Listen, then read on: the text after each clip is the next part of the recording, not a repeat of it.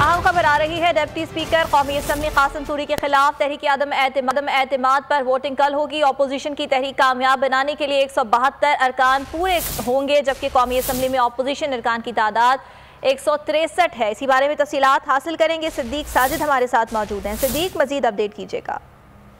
जी, कल कौमी असम्बली के इजलास में डिप्टी स्पीकर कासिम सूरी के खिलाफ अदम एतमाद की तहरीक जो है वो पेश की जाएगी और कल ही इस पर वोटिंग का इम्कान है। ताहम हुकूमत और इसकी इत्तेहादी जमातों ने इस तहरीक को नाकाम बनाने के लिए अपनी जो मनसूबाबंदी है वो मुकम्मल कर ली है, जिसकी मंजूरी आज पार्लिमानी पार्टी से भी ली जाएगी, जिसके तहत अपोजिशन को तहरीक की कामयाबी के लिए 172 अराकीन खुद पूरे करना होंगे, जबकि तहरीक इंसाफ और इसके इत्तेहादी ने यह फैसला करना है कि वोटिंग के दौरान वो ईवान में मौजूद नहीं होंगे, ताकि खुद अपोजिशन या आपकी दूसरी तरफ अगर नंबर्स गेम देखी जाए तो अपोजिशन अराकीन की तादाद इस वक्त 163 है, जिसमें 3 आजाद अराकीन भी शामिल हैं।